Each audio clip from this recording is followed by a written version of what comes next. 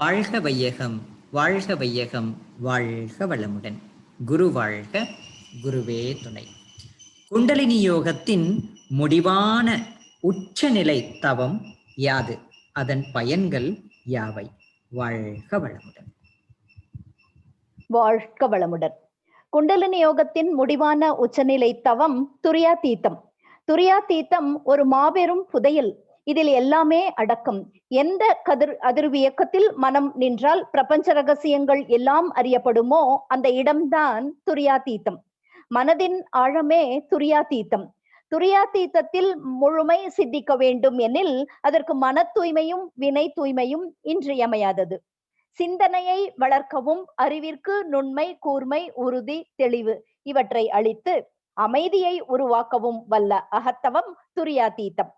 பிறவி பயனாகிய அறிவை அறிய இறைநிலையோடு ஒன்றி கலந்து பேரின்ப வாழ்வினை அனுபவிக்க ஏற்ற அறிவு விளக்க பயிற்சியுடன் இந்த பிறவி பேறு நிறைவேற ஒத்த ஒரு சாதனை தீட்சை எதுவோ அதுதான் துரியாதீதம்.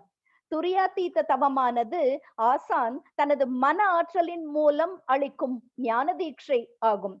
ஆகினையில் மனம் உயிரை கவனிக்கிறது. துரியத்தில் மனம் தன் இயக்கத்தை நிறுத்தி உயிராகவே நிற்கிறது. துரியாதீதத்தில் தானாகவே நின்ற உயிரானது தன் மூலத்தை அறிகின்றது. தன் மூலமாகவே மாறிவிடுகிறது. பிரம்மமாகவே மாறி நிற்கின்றது. ஆதியாகிய பிரம்மத்திற்கு சமமான நிலைக்கு மனிதன் உயர்ந்து விடுதல் ஆகும். இதைத்தான் துரியாதீத தவம் என்கிறோம். துரியாதீதமே ஜீவ பிரம்ம ஐக்கிய முக்தி. துரியாதீதமே வீடு பேறு. மெய்ப்பொருளே மனமாக மாறி உள்ளது. அந்த மனத்தை மீண்டும் மெய்ப்பொருளாகவே மாற்றுகிறோம். மனமானது டெல்டா அலையில் வினாடிக்கு 1 முதல் 3 அலைச்சுழல் வரை இயங்கும். பிரபஞ்ச தோற்றங்களை எல்லாம் கடந்து எல்லையில்லா சுத்தவெளியோடு நம் அறிவும் ஒன்றும். நம் அறிவும் சுத்தவெளித்தான், இறைநிலையும் சுத்தவெளித்தான். சுத்தவெளி இருப்பு நிலை, உயிர் அதன் இயக்க நிலை. துரியாதீத தவத்தினால் விளையும் பயன்கள்: உள்ளுணர்வு ஓங்கும். இறைநிலையுடன் மனம் ஒன்றி இணைந்து விடுகிறது. பிரபஞ்ச ரகசியங்கள் எல்லாம் தெரிய வருகிறது. பாவப்பதிவுகள் அழுகின்றன. சஞ்சித கர்மாவிலிருந்து விடுவிக்கிறது. ஆணவம், கண்மம், மாயை அடியோடு நீங்குகிறது. மனம் தூய்மையடைகிறது. முக்கால ஞானம் மலர்கின்றது. குருவின் உயிர்கலப்பு ஏற்படுகிறது. பிறவித் தொடர் அறுக்கப்படுகிறது. முழுமை பேறு உண்டாகிறது. இத்தவத்தினால் ஏற்படும் அனுபவம் பற்றி வேதாத்ரி மகரிஷி அவர்கள் ஒரு பாடல் மூலம் விளக்கியுள்ளார்.